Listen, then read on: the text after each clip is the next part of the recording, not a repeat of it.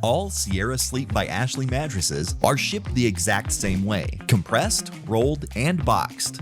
This is done for two reasons: easy storage and easy delivery.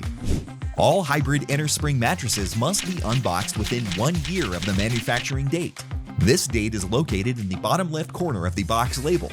If you have an unopened Sierra Sleep mattress in your inventory approaching its anniversary date, simply unbox and allow the mattress to expand while still in the protective plastic cover.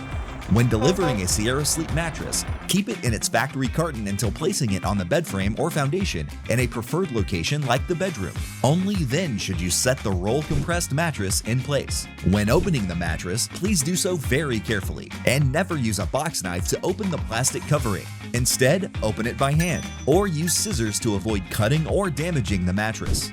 Remove and discard the plastic.